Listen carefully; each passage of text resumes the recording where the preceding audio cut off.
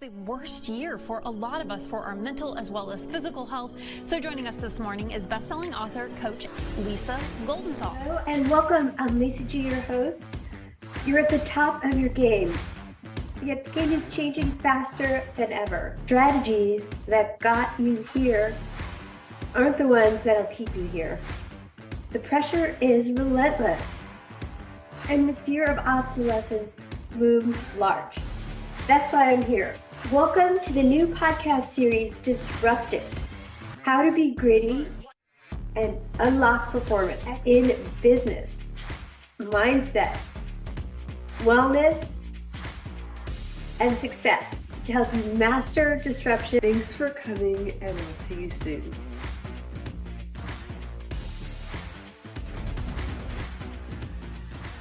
Why he ghosted you. The brutal truth you need to hear. She's an award-winning coach, best-selling author, and creator of Engaged at Any Age. With over a decade of experience, she helps women over 40 build confidence, embrace their feminine energy, and attract meaningful, lasting relationships. Known for her inspiring and empowering style, she guides women to break past patterns and create the love they deserve. I am thrilled to welcome to the podcast a very special guest, my coach and mentor, Jaki Sabourin. Welcome to the podcast. Yoo-hoo, Lisa, thank you for having me on. I'm so excited to have this conversation. I am so excited to have you here. I want to get right into the hot, dirty topic here of ghosting. So let's jump into it. I want to know about the good stuff. How do we know if our behavior is driving people away?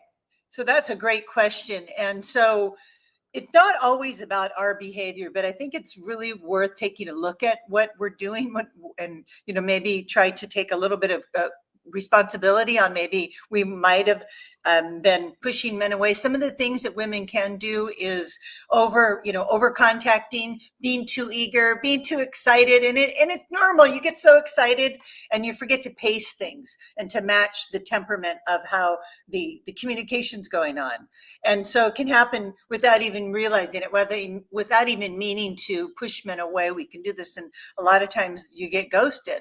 And so it's just being careful not to just match their energy level, and don't over text, don't over contact, wait for them to pursue you, because that makes it not only more interesting, but it also shows you how what their level of interest is. When we show too much interest, we don't really know how interested they are because we're doing all the pursuing.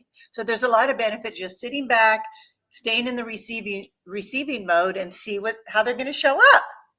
Oh my God, I've seen that in a movie one time. I can't remember what movie. They were in a diner and this guy kept on texting this girl, or this is back in the day where it was like actual like phone call, and then leaving these messages and finally like breaking up with her on like the 9th message. And it's just an over exaggeration of the point where I love your point of how you should match their energy and not be too eager, because like nobody loves that smell of desperation, do they? And especially men, because I think what happens is how we present ourselves and how men perceive us is really two different things. There's a duality. You think you're doing great. You're being really reciprocal. You're excited, but he's seeing you you're way too into him, and he hasn't even decided if he's into you. And so we really have to consider how are men viewing us versus, and really being able to look in the mirror and evaluate our own, how we're showing up, not only online, but in all areas of our life. Like, are we chasing after friends that are not really, reciprocating the type of friendship that we are looking for? It can show up in business as well. You've probably seen that. Yeah, it's like you definitely don't want to seem too eager in business. We've all been there. We've all been ghosted. It's no fun. And you're always trying to overthink about it. And oftentimes, you're not taking this extreme ownership and you're like blaming them. They did this, they did that. So have you ever been ghosted, and how did that make you feel? Oh yeah, I've been ghosted in it, and I feel like ghosting is a common reason why women will get in touch with me to help me help them figure out why they're not connecting with men. And so I have been ghosted, and it can happen to anybody. It doesn't matter how pretty you are, how successful you are, how nice you are. because when I got ghosted, I was evaluating my own behavior, and I was definitely more into him. But more importantly, when I really look back, I didn't listen to him. He was saying things and sharing and giving me clues where he was in terms of his wanting to pursue a love relationship, and I discarded it because I really liked him, and I thought, yeah, I'll win him over. I'll show him that I'm great. He's going to like me eventually more, than he does now. The man had just broken up with a woman, and so I was not allowing for that and recognizing this could be a rebound. So I ended up getting ghosted, and it was very painful, and it's embarrassing, and you're like, what did I do wrong? But a lot of times women do think that they did something wrong, and that is also really not functional. I might have done a little bit too much over contacting, but he didn't have to ghost me, right? Right. It's not grown-up behavior when you think about it, no, and dating isn't grown-up behavior oftentimes. And I've been there, and I've been there where you're trying to, your ego has been hurt. So you're trying to think, what did I do wrong? Where you don't really know all the information going in. Like you said, maybe you just broke up with someone, maybe, right. It's like a timing thing. Timing is so important. So I think it's so good that you help people look at our own behavior so that we're not sitting here in a victim state, like, oh, he did this and he did that, because that's never going to get you where you want to be from where you are now.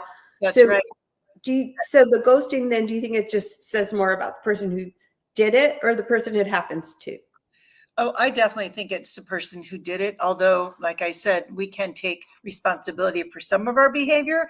And before we move on to answering that question, I just want to point out that women notoriously get stuck on this. They will be ghosted 6 months ago, and they will still be so upset, so hurt, so wounded, and then they're continuing to date. Now they've got this defensive posturing. They're suspicious. They have, they might even become more desperate. So it's so important to recognize that when somebody ghosts you, they've done you a favor. They're, for whatever reason, and to answer your question about if it's their fault, they're too immature.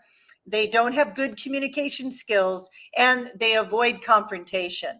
That's not the kind of partner that you're looking for. So instead of taking this and taking it hard and wearing, your wound on your sleeve when you go on other dates, recognize that they did you a favor. They opted out before you realize that you weren't a match. And so move on and see if there's something you can do, with your time, focusing on yourself, just getting back into your own life, removing your attention. Whatever you move your attention from, it disintegrates, but whatever you focus on at the same token will expand. So the more you focus on that ghosting, the bigger it gets, the more you get ghosted, because you continue to repeat those patterns.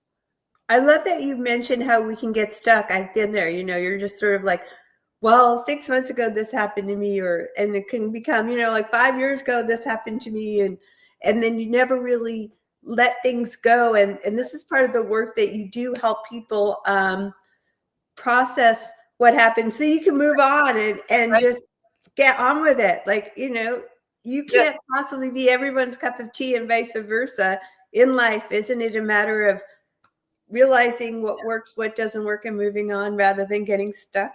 I think what happens mostly with women is they get so excited that they met somebody that has potential.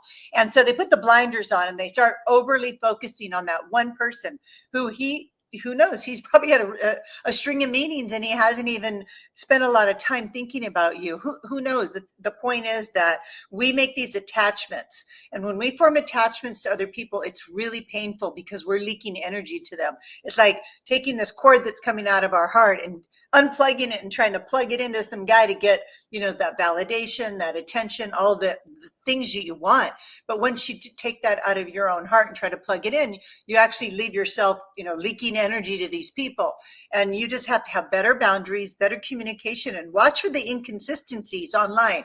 If they're not calling you back right away, if they're not setting regular dates, if they're not matching your level of the engagement, then there's something off. Something you have to continue to be a better observer during that initial process. All right. Well, final question. I want to know, how would you advise our audience? Let's say that, come on, we're all human. We've all been out there and this has happened to us, whether it's in business, you're talking to prospective client, prospective Mr. Next, Mrs. Next. What would you do differently next time to avoid investing in someone who might disappear Yeah. So what you have to do is just like I was saying with the consistency, you want to watch the consistency and you really need to listen to him. Like I wasn't really listening deeply to what he was saying. He was sharing with me in my situation that he wasn't over his ex and he was still wounded from that breakup. And so he needed to take it slow. And there I was shopping for a whole new Mrs. Wardrobe. So Yeah. taking it slow, looking to see and not jumping ahead of him, allowing him to lead and see where he's going to take you. Also just watching for those red flags and those inconsistencies early on and have better boundaries. If he doesn't call you back or he changes dates, make sure you're paying attention to that and really noticing and setting in again those boundaries by communicating what you need so that you can feel safe in the relationship and you can start to really sink into being more authentic and more transparent in everything you're doing. But until you feel safe with that man and he's established that consistency, you need to really keep your eyes and ears open. Yeah. I mean, I know working with you helped me a lot with having weak boundaries and you think that you want to be accommodating and you want to be nice, but people respect you more when you stand up for yourself and you're like, here's what I need. Here's where I am at. And then we have some comments here. Do you want to address any of these comments? There's some men in here, and I'm excited. A lot of my audience are men. And hello from Atlanta, Jonathan and Conrado. I appreciate all your feedback. Hear the perspective from women.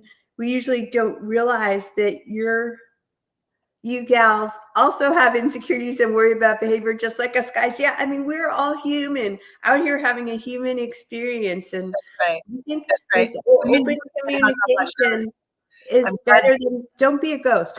Okay, and mirroring is huge. I love this, Ryan. Ryan Palmer is mirroring is huge. That is excellent feedback, Mr. Palmer. Always appreciate that. Oh, I really like that. I was just thinking about how I recently was mirroring myself, looking at my behavior and how I could improve it in a situation. So I think mirroring is really powerful. It can be a little tiny bit painful when we recognize that we've done something or said something that isn't ideal, but it's how we grow and evolve. So we have to be able to look in the mirror and go, what was my contribution to the situation?